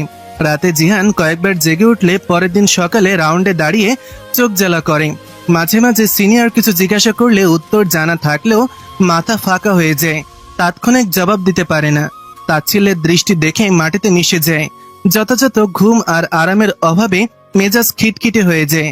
নিজেই বোঝে যে নিজের মাঝে মাঝেই মেজাজ হারাচ্ছে, রুড আচরণ করে ফেলছে। তখন প্রচন্ড আত্মগ্লানিতে ভোগে। একদিন তো প্রেসক্রিপশনে ডোজ লিখতে গিয়ে হাত কেঁপে ভুল করে ফেলেছিল। পরে নিজে ধরতে পেরে কয়েক সেকেন্ড স্থির হয়ে বসেছিল। মাতৃত্ব মানুষকে দুর্বল করে দেয় না, কিন্তু নিঃসঙ্গ মাতৃত্ব মানুষকে ক্লান্ত করে দেয়। বাসার অবস্থা খুব একটা সহজ ছিল না। প্রথম সপ্তাহ থেকে ন্যানি নিয়ে অশান্তি শুরু হয়ে গিয়েছে। মেয়েটার নাম শিলা, বয়স খুব বেশি না, শান্ত স্বভাবের। জিহানকে বেশ যত্ন করেই সামলায়, কিন্তু আয়েশা খানমের চোখে তার সবকিছুতেই সমস্যা। বিশেষ করে যখন তিনি শিলার বেতন 9,000 জানতে পেরেছেন। 7 ঘন্টা বাচ্চা দেখার জন্য 9,000 ওনার অস্বাভাবিক বেশি মনে হয়েছে। জিহান ঘুমলেই তিনি শিলাকে নানা কাজের হুকুম দিতে থাকেন। জিহাদ ঘুমালে তোমার তো বসে থাকার দরকার নাই, কাপড়গুলো ভাঁজ করে রাখতে পারো না? বারান্দার কাপড় নিয়ে ভাঁজ করে রাখো। ফ্রিজে রাখা তরকারি গরম করতে বলেছিলাম, সেটাও ভুলে গেছো। তরকারির বাটি নিয়ে ওই পাতিলটা আবার এমনি রেখে দিও না, ধুয়ে রেখো। শিলা শুরুতে ভেবেছিল সামিহাকে আগে কিছু বলবে না, 2-1টা ছোটখাটো কাজ করাই যায় বাচ্চা ঘুমিয়ে থাকলে। তাই জিহানের কাপড়গুলো গুছিয়ে রাখা, জিহানের খাবার গরম করে সেগুলো পরিষ্কার করে রাখা, এগুলো বিনা বাক্য ব্যয় করে। কিন্তু যখন বুঝলো আয়েশা খানম ওকে কাজের মেয়ের মতন দেখতে শুরু করেছে, শিলার খারাপ লাগে। আয়েশা খানম বাসি খাবার দেওয়া শুরু করলেন দুপুরে। সামিহা বারবার বলে গিয়েছে শিলা বাসার সদস্যদের মতন করে খাবার খাবে, টেবিলে বসে খাবে, কিন্তু প্রথম দিন থেকেই তিনি ভেতরের টি টেবিলে খাবার দেওয়ার ব্যবস্থা করলেন। আজ তিনি শিলার প্লেটে খাবার বেড়ে রান্নাঘরের মোড়ায় খাওয়ার কথা বলতে শিলা বেঁকে বসে খাবারগুলো ঢেকে রেখে সে সামিয়ার ফেরার অপেক্ষা করে। সামিহা ফিরলে শিলাকে জিজ্ঞাসা করে খেয়েছে কিনা। আপু আমি আয়া বলতে পারেন বাচ্চা দেখি, কিন্তু আমি শিক্ষিত। আমাদের বাচ্চাদের সাথে শুদ্ধ কথা বলা ট্রেনিং দেয়, বাচ্চাদের যত্ন নেওয়ার ট্রেনিং দেয় সেন্টার থেকে। আমি এইচএসসি পাস। জানি আমি শিলা। আমি আপু বুয়া না, বুয়া হইলেও বাসি খানা দুপুরে বুয়ারে দেওয়া উচিত না। ভেজা ভাত, মুরগির হাড়গোড়, আগের দিনে বাসি সবজি এইসব দিয়ে দুপুরে বুয়ারেও ভাত দেয় না আপু ভালো পরিবারে। আমি চলেই যাইতাম, শুধু ভাবলাম আপনি বাসা আসা পর্যন্ত অপেক্ষা করি। আমার 1 সপ্তাহের বেতন এজেন্সিতে দিয়ে দিয়েন আপু, আপনি বুয়া রাখেন, আমার অর্ধেক টাকায় বাবু রাখার বুয়া পাবেন। সামিহা অনেক বুঝিয়ে শুনিয়ে শাশুড়ির পক্ষ থেকে ক্ষমা চেয়ে শিলাকে রাখে। মেয়েটাকে তার পছন্দ হয়েছে খুব, জিহানের ভালো খেয়াল রাখে, জিহান কান্নাকাটি করে না। এমন মেয়ে হারালে ভালো ন্যানি পাওয়া মুশকিল। শাশুড়িকে বিষয়টা বুঝিয়ে বলবে কথা দেয়। প্রথম দিকে সামিহা ভেবেছিল শাশুড়ি না বুঝে এমনটা করছে, কিন্তু অচিরেই বোঝে এই বাড়িতে যে বেতন নেয় তাকে মানুষ হিসেবে ভাবতে কারো কষ্ট হয়। তাই বুঝিয়ে বলার পরও আয়েশা খানমের চিন্তাভাবনার পরিবর্তন হওয়ার নাম নেয় না। একদিন হাসপাতালে থাকার সময় ন্যানির এজেন্সি থেকে ফোন আসে। ম্যাম, আপনার বাসা থেকে কি বেবি কেয়ারের বাইরে অন্য কাজ করানো হচ্ছে? আপনার শাশুড়ি নাকি আজ থেকে নিয়মিত রান্নাঘরের কাজ, কাপড় ধোয়া, বাসন ধোয়া করতে বলছেন। আপনাদের বুয়া আসবে না কয়েকদিন, সেজন্য এখন ন্যানিকে এসব করতে হবে। ম্যাম, আমাদের কন্ট্রাক্টে এগুলো কিন্তু নেই। এমন হলে আমরা ন্যানি ফিরিয়ে নেব, নতুন ন্যানিও দেব না রেকর্ড খারাপ হলে। সামিহার বুক ধক করে ওঠে। বাসায় ফিরে খুব শান্তভাবে আয়েশা খানমকে বলে, আম্মু শিলাকে শুধু বাচ্চার কাজের জন্যই রাখা হয়েছে। মরিয়ম না আসলে অন্য বুয়া রাখা হবে, শিলা বুয়ার কাজ করবে না। আয়েশা খানম সঙ্গে সঙ্গে বিরক্ত হয়ে যান। ও মা, রাজকুমারী নাকি? বাচ্চা ঘুমালে একটু কাজ করলে সমস্যা কি? 9,000 টাকা বসে বসে নেয়। সমস্যা হলো ওকে সেই কাজের জন্য রাখা হয়নি, আর বসে বসে বাচ্চা দেখা যায় না। দেখা গেলে অন্যরাও দেখতো, টাকা দিয়ে লোক রাখতে হতো না। তাছাড়া শিলা বুয়া না, ও নেনি, ওর সম্মানের বিষয়টা দেখতে হবে। তোমাদের এই জেনারেশনের মানুষদের সমস্যা কি জানো? কাজের মানুষেরও এখন আবার আলাদা সম্মান। সামিহা কিছুক্ষণ চুপ ছিল, তারপর ধীরে ধীরে বলেছিল, হ্যাঁ আম্মু, কারণ মানুষকে মানুষ ভাবাটাই সম্মান। কথাটা শুনে সামিয়া খানম মুখ গোমড়া করে ফেলেন। সন্ধ্যায় জাহিদ ফিরতে অভিযোগ শুরু হয়। তোমার বউ এখন আমাকে শেখায় কাজের লোকের সাথে কেমন ব্যবহার করতে হবে। জাহিদ ক্লান্ত মুখে দুজনের দিকে তাকায়, তারপর খুব পরিচিত ভঙ্গিতে বলে, তোমরা প্লিজ ছোট ছোট বিষয় নিয়ে ঝামেলা করো না। সামিহা হালকা হেসে ফেলে। এই মানুষটার সবচেয়ে বড় দক্ষতা হলো সব সমস্যাকে ছোট বিষয় বানিয়ে ফেলা। এই বিষয়ের মোটামুটি সমাধান হতে না হতেই নন্নাসের আগমন ঘটে। ইদানিং নন্নাসও প্রায় আসতে শুরু করেছেন। বিকেলে এসে জিহানকে কোলে নিয়ে দীর্ঘশ্বাস ফেলেন। আহারে, এত ছোট বাচ্চা যার কাছে থাকবে তাকেই তো মা ভাববে। সামনে তো শিলাকে মা ডাকবে, কি আর করা, মা বাইরে থাকলে কাজের মেয়ে তো মা হবেই। কথাটা এমন ভাবে বলা হয় যেন সামিহা চাকরি করে না, অপরাধ করতে বের হয়। একদিন তো সরাসরি বলেই ফেললেন। আসলে ক্যারিয়ারওয়ালা মেয়েরা কখনো পুরোপুরি মা হতে পারে না। সামিহা তখন জিহানের ব্যাগ গোছাচ্ছিল, থেমে তাকালো। পুরোপুরি মা হওয়া বলতে কি বুঝেন আপু? মানে বাচ্চাকে প্রায়োরিটি দেওয়া। আমি দিচ্ছি তো। সারাদিন বাইরে থাকাকে প্রায়োরিটি দেওয়া বলে না। আমি যখন স্কুলে ঢুকি তখন বাচ্চার বয়স 3 বছর। এত ছোট বাচ্চা রেখে যাওয়ার কথা ভাবতেও পারি নাই। সামিহা এবার ধীরে ধীরে ব্যাগের চেইন টানে, তারপর শান্ত গলায় বলে, মজার বিষয় কি জানেন? একজন বাবা সকাল থেকে রাত বাইরে থাকলে কেউ বলে না সে কম বাবা, কিন্তু একজন মা কয়েক ঘন্টা বাইরে গেলেই মাতৃত্ব মাপা শুরু হয়। রুমটা কয়েক সেকেন্ড চুপ হয়ে যায়। নন্নাস মুখ ঘুরিয়ে বলেন, তুমি এখন সব কথার উত্তর দিতে শিখে গেছো। সামিহা ভেতরে ভেতরে তিক্ত হেসেছিল। না, সে উত্তর দেওয়া শেখেনি। সে চুপ করে সহ্য করে থাকতে থাকতে ক্লান্ত হয়ে গেছে। সবচেয়ে কষ্ট ছিল জাহিদের নীরবতা। আয়েশা খানম কিছু বললে জাহিদ চুপ, বোন খোঁচা দিলে জাহিদ চুপ, ন্যানির ব্যাপারে অন্যায় হলেও জাহিদ চুপ। কিন্তু সামিহা একটু জোরে উত্তর দিলেই, তুমি ইদানিং খুব রুড হয়ে যাচ্ছ। এক রাতে ক্লান্ত শরীরে বাসায় ফিরে সামিহা দেখে শিলা কাঁদছে। কি হয়েছে? শিলা ইতস্তত করে, আপু, আমি হয়তো কাজটা ছাড়বো।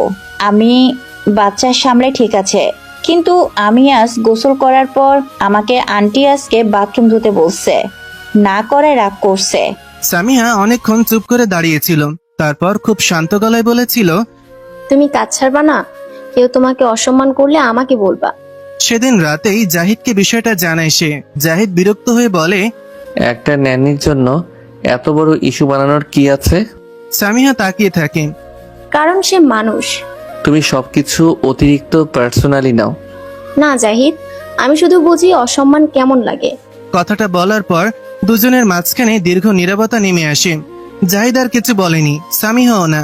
কারণ কিছু সম্পর্কের সবচেয়ে ভয়ঙ্কর দিক ঝগড়া না, বরং এমন এক জায়গায় পৌঁছে যাওয়া যেখানে কেউ কাউকে আর বোঝানোর চেষ্টাও করে না। তবুও সেই রাতেই জিহানকে বুকে নিয়ে শুয়ে থাকতে থাকতে সামিহার মনে হলো সে বদলে যাচ্ছে। আগের মতন ভেঙে পড়ছে না, কাঁদছে না, অপেক্ষাও করছে না। সে শুধু ধীরে ধীরে নিজের ভেতরটা শক্ত করছে। যত তাকে ভাঙার চেষ্টা হচ্ছে তত যেন সে জেদ চাপাচ্ছে। হাসপাতালের অনকল রুমে বসে সামিহা, মনটা ভালো না। গত 3 দিন ছুটিতে ছিল। এ সময় টানা ছুটি নেওয়া সহজ না, কিন্তু নিতে হয়েছে। জিহানের জ্বর ছিল, আজ আসতেই হলো। কফির কাপ হাতে নিয়েও চুমুক দিচ্ছিল না সামিহা। চোখের নিচে কালি আরো স্পষ্ট হয়েছে। গত 3 দিন ঠিক মতন ঘুম হয়নি। জিহানের জ্বরের সাথে বাসার অশান্তি, ওয়ার্ডের চাপ সব মিলিয়ে মাথার ভেতর সব যেন একটা অবসন্ন বিচ্ছন্ন সুর বাজছে। তার সামনে বসা জুনিয়র রেসিডেন্ট তানভীর হঠাৎ বলল, আপু, আপনি নাকি আগে খুব স্ট্রিক্ট আর শার্প ছিলেন। সিনিয়ররা এখনো আপনার উদাহরণ দেয়। সামিহা একটু অবাক হয়ে তাকায়। এখন কি আমি সারবো না? তানভীর অপ্রস্তুত হয়ে যায়। না না আপু, ওইভাবে বলিনি। মানে আপনি এখন অনেক চুপচাপ হয়ে গেছেন। আগে নাকি প্রচন্ড হাসি খুশি অ্যাক্টিভ ছিলেন, কি হয়েছে? সামিহা হালকা হাসে। মানুষ বদলে গেলে সবাই বদলটা দেখে, কিন্তু কেন বদলালো সেটা খুব কম মানুষই জানতে চায়। তানভীর জানতে চেয়েছে। তানভীর, আমি আসলে ক্লান্ত। ক্লান্তিতে ঘুম আসে, হাসে না। মাঝে মাঝে মন চায় এক মুঠ ঘুমের ওষুধ খেয়ে একটা লম্বা ঘুম দেই। সামিহার কথা শুনে তানভীরের মনে একটা ধাক্কা লাগে। আপু, আমার মনে হচ্ছে আপনি ডিপ্রেশনে আছেন। আপনি একটু কাউন্সিলিং করবেন। লম্বা গ্যাপ নিলে ছোট বাবু থাকলে এমন ডিপ্রেশন হয়। তুমি অনেক বোঝো তানভীর। ছেলেরা সাধারণত এসব ন্যাকামি ভাবে। আমার 3 বোন আপু, সবাই বড়। একমাত্র মামা হিসেবে বোনদের এই বাচ্চা হওয়ার জার্নি, বাচ্চা হওয়ার পর কেরিয়ার, সংসার সব কিছু নিয়ে মানসিক চাপ সব নিজের চোখে দেখা। আপনি অবশ্যই কাউন্সিলিং নেবেন আপু, উল্টাপাল্টা কথা ভাববেন না। কোন রকমের ডিউটি সেরে বাসায় ফিরতেই অস্বাভাবিক নীরবতা টের পেল। ড্রয়িং রুমে আয়েশা খানম আর নন্নাস বসে আছেন। দুজনের মুখেই গম্ভীরতা। জিহানকে কোলে নিয়ে শিলা রুমের ভেতর দাঁড়িয়েছিল, চোখ মুখ শক্ত। সামিহার বুক কেঁপে ওঠে। কি হয়েছে? আয়েশা খানম ঠান্ডা গলায় বললেন, তোমার ন্যানি আমার সাথে বেয়াদবি করেছে, এর কি বিচার তুমি করো আমি দেখি। সামিহা তাকালো শিলার দিকে। শিলা ঠোঁট কামড়ে বলল, আমি শুধু বলছি আপু, আমি গোসলের পর বাথরুম ধুবো না। তখন আন্টি বলে 9,000 টাকা নিয়ে এত ভাব। আমি বলি আপু, আমার গায়ে কি ময়লা যে গোসল করলে বাথরুম ধুয়ে দিতে হবে? আমি তো রোজ বাসা থেকে গোসল করে আসি, যেদিন সময় পাই না সেদিন এখানে করি। এখন গোসল করলে বাথরুম ধুয়ে দিতে হবে? ননাস সঙ্গে সঙ্গে বলে ওঠেন, দেখেছো কেমন চটাং চটাং কথা বলছে? কাজের মানুষদের বেশি মাথায় তুললে এমনই হয়। সামিহা ধীরে ধীরে জিহানকে কোলে নেয়। তারপর খুব শান্তভাবে জিজ্ঞেস করে, শিলা কি কোনো খারাপ ভাষা ব্যবহার করেছে? না, কিন্তু কথা শুনে নাই তর্ক করেছে। তর্ক না, মানা করেছে। কারণ ওর কাজ এটা না। আয়েশা খানম এবার রেগে গেলেন। তুমি কি এখন একটা আয়ার জন্য আমার সাথে তর্ক করবে?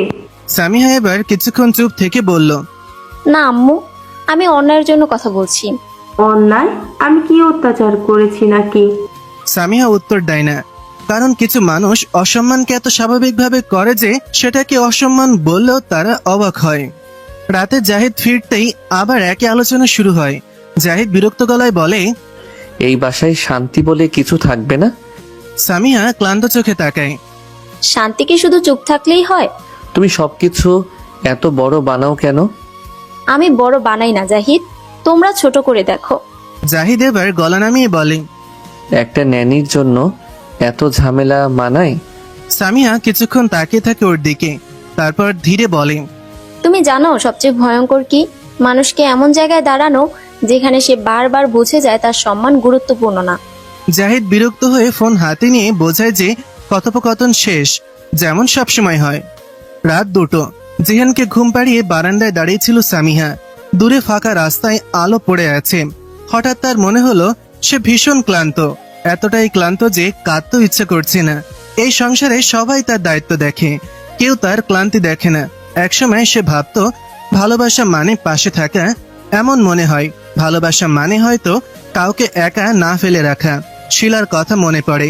শিলা ওনাকে বলেছিল, আপু, আমি একটা কথা বলি, আপনি খুব ভালো মানুষ, ভদ্র, কিন্তু সমস্যা হয়েছে আপনি শ্বশুর বাড়িতে এত ভদ্র হইলেও ওদের সাথে চলতে পারবেন না।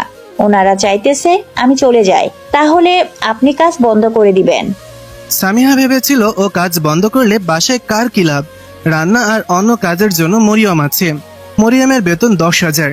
5,000 সামিয়া দেয়, যেহেতু ও রান্না করতে পারে না প্রতিদিন, তাই রান্নার 5,000ও নিজ থেকেই দেয়। শিলার 9,000 পুরোটাই ও দেয়।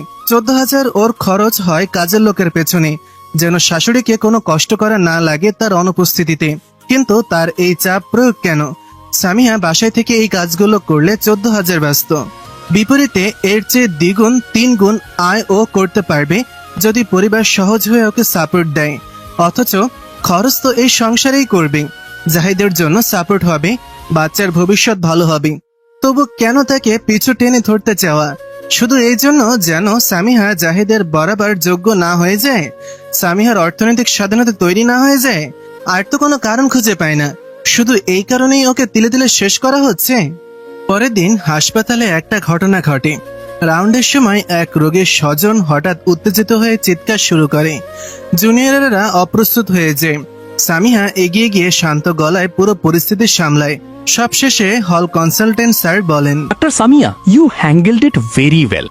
অনেকদিন পর সামিহার বুকের ভেতরে অদ্ভুত কিছু অনুভব হয়। আত্মবিশ্বাস জাগে।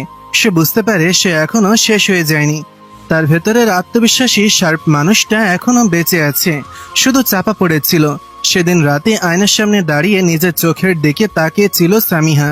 চোখের নিচে কালি আছে, ক্লান্তি আছে, অভিমানও আছে, কিন্তু ভয়টাও কমে গেছে।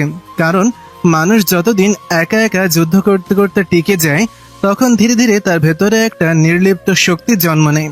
আর সেই শক্তি একসময় তাকে বদলে দেয় পুরোপুরি। সামিহা একটা সিদ্ধান্ত নিয়ে নেয়, এই নিঃশব্দ সংসারে এখন কিছু বলার সময় হয়ে গিয়েছে। এভাবে রোজ মানসিক চাপে বাঁচা সম্ভব না। সকাল 5:20, ফজরের নামাজ পড়ে টেবিল ল্যাম্প জ্বালিয়ে বই খুলে পড়ছিল সামিহা। সামনে পরীক্ষা, পড়তেই হবে। সন্ধ্যায় ডিউটি থেকে এলে মাথা ধরে থাকে, রাত জাগলে চোখ জ্বলে। তাই ঠিক করেছে রাতে দ্রুত শুয়ে পড়বে। জিহান ঘুমোতে চায় না যদিও, তবুও চেষ্টা করেছে রাতে তাড়াতাড়ি ঘুম পাড়ানোর অভ্যাস করতে। সকালে চারিদিক শান্ত থাকে, এ সময় বেশ ভালো মন বসবে পড়ায়। বিছানা থেকে নামার সময় ঘুমন্ত জিহানের মুখের দিকে তাকিয়েছিল কিছুক্ষণ। ছোট্ট বুকটা ওঠানামা করছিল শান্তভাবে। ছেলের মাথায় হাত রেখে সামিহা মনে মনে বলছিল, আমি হারবো না। তারপর বই খাতা নিয়ে চুপচাপ ডাইনিং এ চলে আসি। এত সকালে আবার বই নিয়ে বসছো? মা পাশে না থাকলে বাচ্চার ঘুম ভেঙে যায়, খাট থেকে পড়ে গেলে। জাহিদ আছে, ও খেয়াল রাখবে। বাবারা এসে খেয়াল রাখতে পারে? এত খবর থাকে? কেন থাকে না? কেন থাকবে না? বাবারা কি শিশু? বাবার বয়সে মায়েরও বড় হয়, তবু একটা ঘুমন্ত বাচ্চার খেয়াল রাখতে পারবে না? সারাদিন পরিশ্রম করে ছেলেটা, ওরও তো ঘুম নষ্ট হয়। সারাদিন পরিশ্রম আমিও করি। সবকিছুতেই জামাইয়ের সাথে তুলনা টানো কেন? এই জন্য মানুষ আয় রোজগার করে মেয়ে বউ করতে চায় না। সংসারে এসে আমি তুমি করে শুধু আমি খারাপ কি বলেছি? তোমাকে সকালে না উঠতে আরাম করতে বলেছি, এটাও খারাপ হলো? পরিশ্রম তোমারও হয় বললা তো, বলো সংসার বাচ্চা সামলিয়ে এসব কতদিন করতে পারবা? আগে হলরুমে সামিহা চুপ করে থাকতো, আজ করলো না। বই বন্ধ না করে শান্ত গলায় বলল, যতদিন প্রয়োজন হবে ততদিন করবো আম্মু। আয়শা খানম একটু থমকে গেলেন। তোমার কথা বলার ধরন এমন হয়েছে, আগে মনে হতো ভদ্র মেয়ে, এখন বেয়াদবদের মতো কথা বলো, মাটিতে কথা পড়ে না। হ্যাঁ, কারণ আমি বুঝেছি সবসময় চুপ থাকলে মানুষেরা ভদ্রতা না দুর্বলতা ভাবে। আমি এখন একটু পড়বো। জিহাদ ওঠার আগে কিছুক্ষণ পড়তে চাই। কথাটা বলে আবারও বইয়ে চোখ নামিয়ে নেয় সামিহা। আয়শা খানম কিছুক্ষণ দাঁড়িয়ে থেকে বের হয়ে যান। সেদিন দুপুরে নন্নাস এসেছিলেন। শিলা জিহানকে খাওয়াচ্ছিল। নন্নাস বিরক্ত গলায় বললেন, এই মেয়েটিকে এখনো রাখছো? কাজের মানুষকে এত পাত্তা দিলে মাথায় উঠে বসে। একটা লোক গেলে আরেকটা আসবে। একজনকে এত তেল দিয়ে রাখা কেন? আর আজ তো তুমি বাসায়, তাও তো জিহানকে রাখছি। আপু, শিলা কাজের মানুষ এটা ঠিক না। ও জিহানের নেনি, এটা ওর চাকরি। আমি বাসায় থাকি না থাকি, ও এ সময় জিহানকে দেখবে। আমি এ সময় পড়বো, রেস্ট নেব। বেশি আধুনিকতা দেখিও না। এত ঢং সংসার করতে চক গেলে চলে না। আমার সংসারে কি চলবে আর কি চলবে না সেটা আমি ঠিক করব। ড্রয়িং রুমটা কয়েক সেকেন্ডের জন্য একদম চুপ হয়ে যায়। শিলা অবাক হয়ে তাকিয়ে থাকে সামিয়ার দিকে, কারণ এই প্রথম সামিয়াকে নন্নাসের এত স্পষ্ট করে উত্তর দিল। নন্নাস অবাক হয়ে বলল, আমার ভাইয়ের সংসার না? অবশ্যই আমার আর জাহিদের সংসার। এর বাইরের সবাই তৃতীয় পক্ষ। আমি তো আপনার সংসারে নাক গলাই না আপু। আপনিও না গলালেই ভালো। রাতে জাহিদ বাসায় ফিরতেই সামিহা সরাসরি বলল, তোমার সাথে কথা আছে। জাহিদ ফোনে চোখ রেখেই বলল, আপুর নামে নালিশ করবে তো? বলো শুনছি। না, নালিশ করা আমার স্বভাব না, বরং মনে হচ্ছে আমার নালিশ তুমি পেয়ে গিয়েছো। এখন মুখের উপর থেকে ফোনটা নামাও, গুরুত্বপূর্ণ কথা আছে। জাহিদ বিরক্ত হলো, ফোন নামালো। সামিহা ধীরে ধীরে বলল, তোমার ওই মেয়েটার সাথে অতিরিক্ত মেলামেশা আমার ভালো লাগছে না। মানুষ এলোমেলো কথা বলে। হাজবেন্ডের নামে এলোমেলো কথা শোনা ওয়াইফের জন্য অসম্মানজনক। জাহিদ কপাল কুচকায়। কে বলে? কেউ কিছু বলে না। এসব তোমার সন্দেহবাতিক মনের প্রভাব। তুমি এখন সন্দেহ করো আমাকে? আমি তোমাকে যে বলছি ওর সাথে আমার কিছু নেই, এটা কি যথেষ্ট না? তাও সন্দেহ করতে হবে? হুট করে ওর সাথে কথাবার্তা বন্ধ করলে আমাকে নিয়ে কি ভাববে? আমি কি বলতে পারবো যে আমার বউ সন্দেহ করে তাই কথাবার্তা বন্ধ? সন্দেহ না, অসম্মান অপছন্দ করছি। আমি বলছি ওর সাথে মেলামেশা করবে না, ব্যাস এইটুকু যথেষ্ট হওয়ার কথা ছিল। তুমি যদি আমাকে বলতে যে অমুকের সাথে আমার মেশা তোমার পছন্দ না, আমি তোমাকেই গুরুত্ব দিতাম, অমুককে না। এমন হলে কোর্স আমাদের সবার ইচ্ছের বিরুদ্ধে গিয়ে করছো না? কোর্স আর পড়ানারই এক হলো? ও আমার জুনিয়র, কাজের জন্য কথা হয়। কাজের জন্য রাত 12টায় হাসাহাসি করে চ্যাট করতে হয়? জাহিদের কথা থেমে গেল। সামিহা এবার শান্ত কিন্তু শক্ত গলায় বলল, আমি সারাদিন যুদ্ধ করে বাসায় ফিরি, অন্তত নিজের স্বামীর কাছ থেকে মানসিক অশান্তি চাই না। তুমি বাবা, তুমি স্বামী, সেই দায়িত্বটা তোমাকে নিতে হবে। বাসায় ফিরে যেমন প্রতিটা সময় আমি জিহানকে দেই, তোমারও দিতে হবে। পড়তে হলে আমার মতো ভোরে উঠে জিহানের ঘুমের সময় পড়বে, ঠিক যেভাবে আমি করি। পড়ার নাম করে আরেক রুমে গিয়ে ফোনে কথা, চ্যাট এসব চলবে না। আমি সুন্দর করে বললাম। এরপর সিনক্রিয়েট হলে দোষ দিও না। প্রয়োজনে আমি তোমার ডিপার্টমেন্টে গিয়ে অভিযোগ করে আসব, জেনে আসব কোন ধরনের কলিগ সম্পর্কে রাতে বাসায় ফেরার পরও কথাবার্তা চলে। আমি বলার জন্য বলছি না, মান সম্মান যাওয়ার ভয় আমার নাই। তোমার থাকলে নিজেকে সামলাও। খালি কারোর সাথে শুলেই পরকীয় হয় না। তোমার মানসিক, শারীরিক সব ধরনের মনোযোগ পাওয়ার অধিকার শুধু আমার।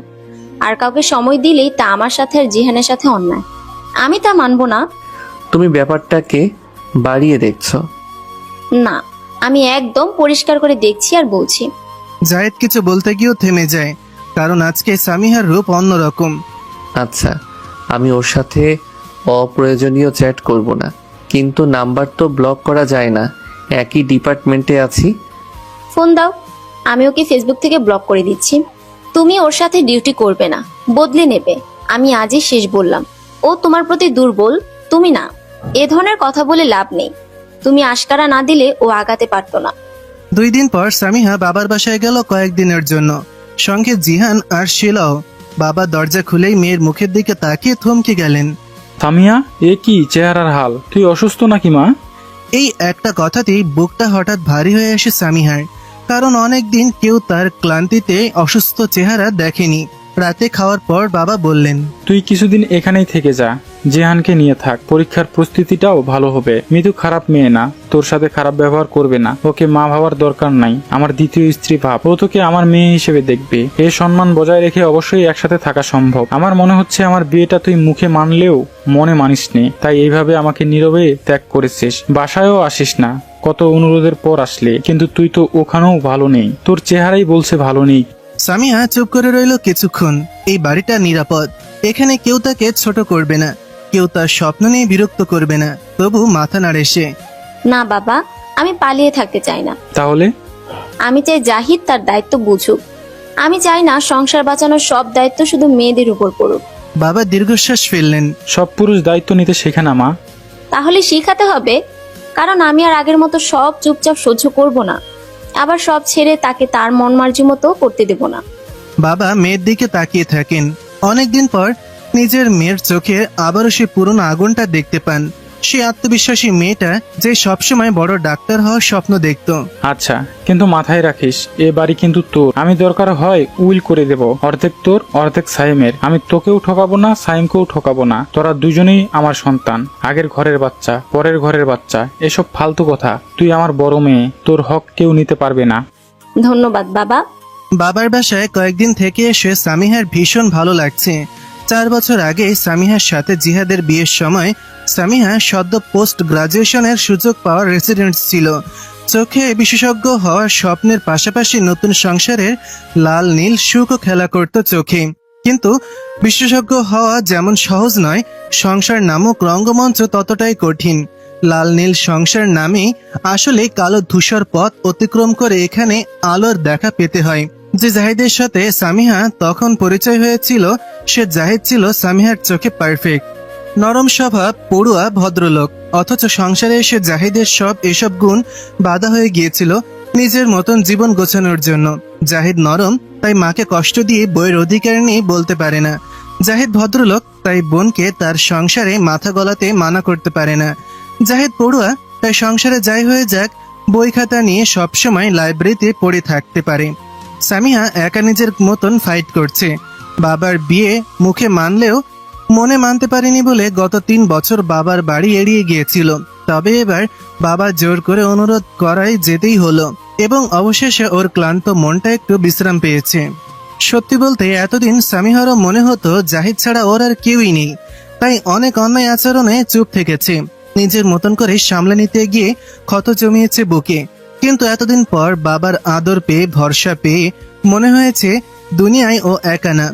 মৃত আন্টিকে মা ভাবার দরকার নেই, বাবার দ্বিতীয় স্ত্রী হিসেবে দেখলে সম্পর্ক সহজ হয় আসলে। তাই এবার বাবার বাড়ি থেকে সামিয়া ফিরেছে ফুরফুরে মনে।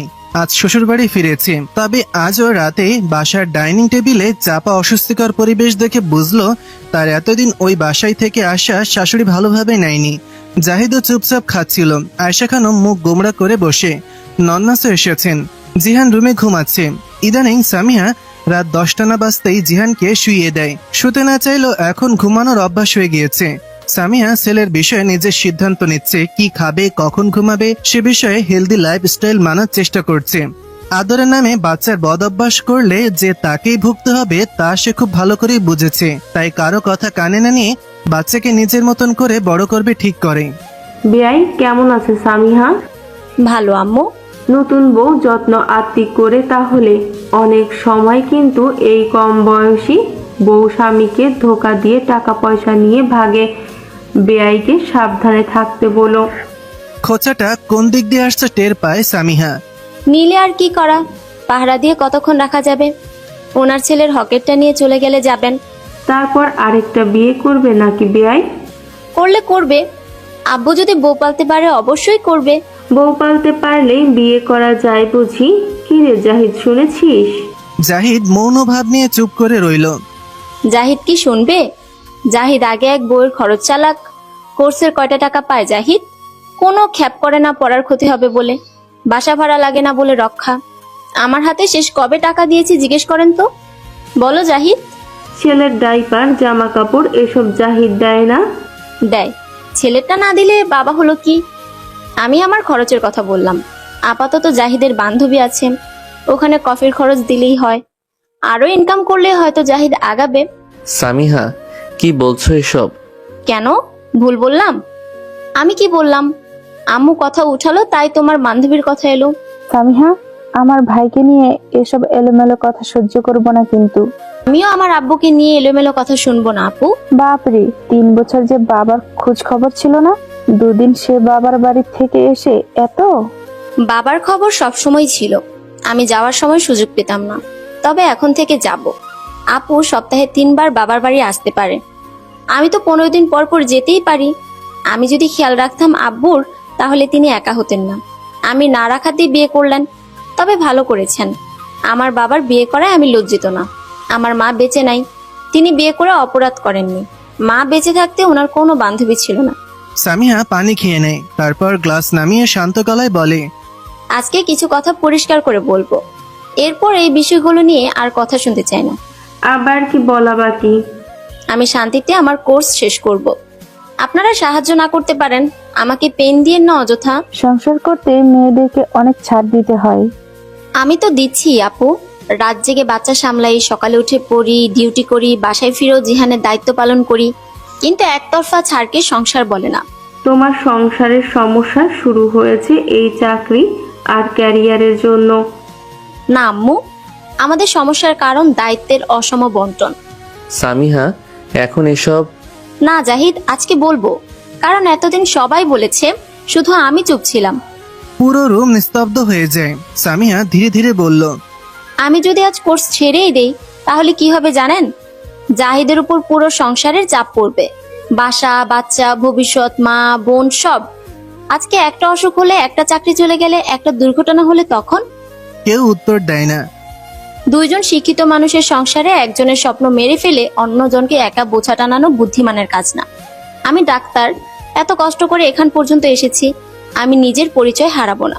মেয়েদের এত অহংকার ভালো না। এটা অহংকার না আম্মু, নিরাপত্তা, আমার নিরাপত্তা।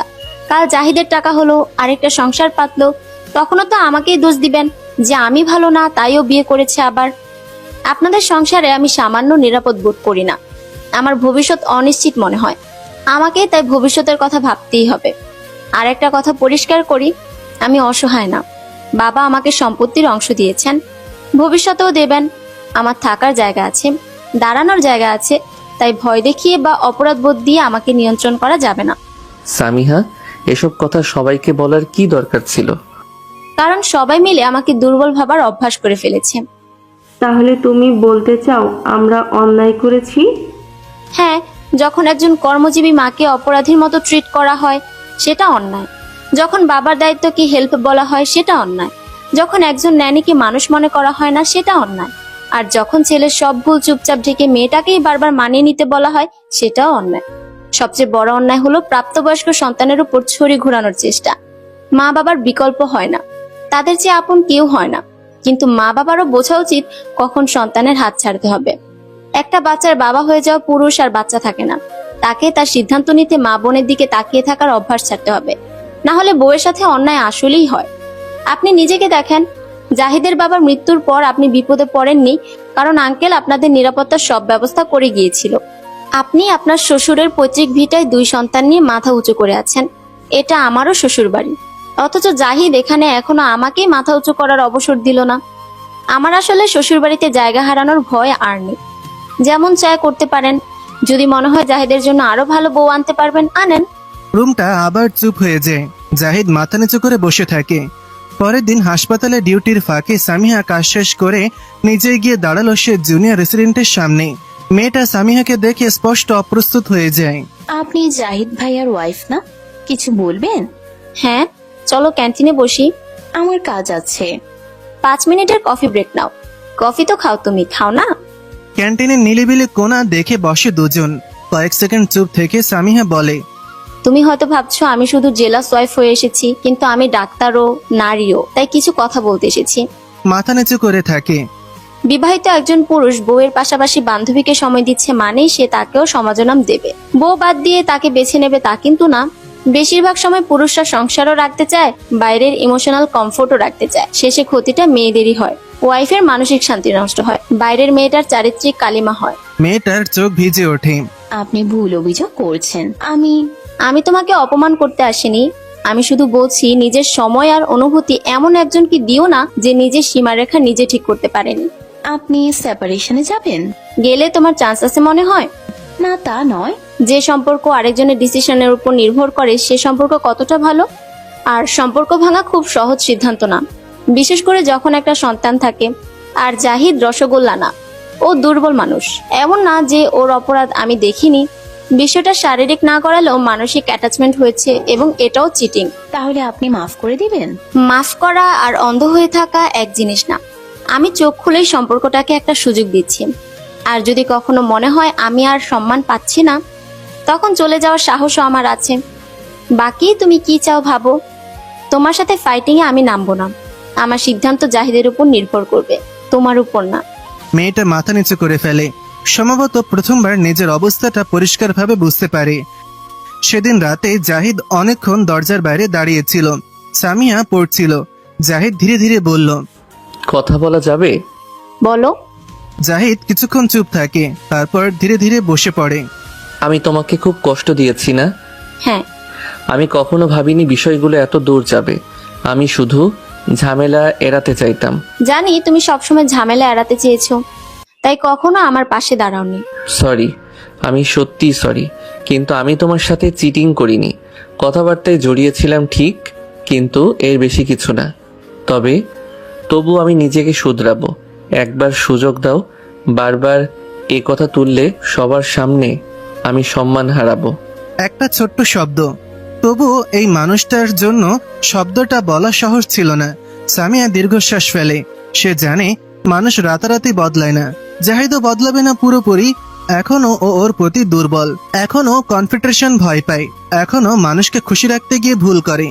তবু আজ অন্তত প্রথমবার সে নিজের ভুলের দায় নিয়েছে। আমি তোমাকে একটা সুযোগ দিচ্ছি জাহিদ, শুধু সম্পর্কটার জন্য না, জিহানের জন্য। কিন্তু এবার আমি নিজেকে হারিয়ে দিয়ে কিছু বাঁচাবো না। জাহিদ মাথা নাড়ে।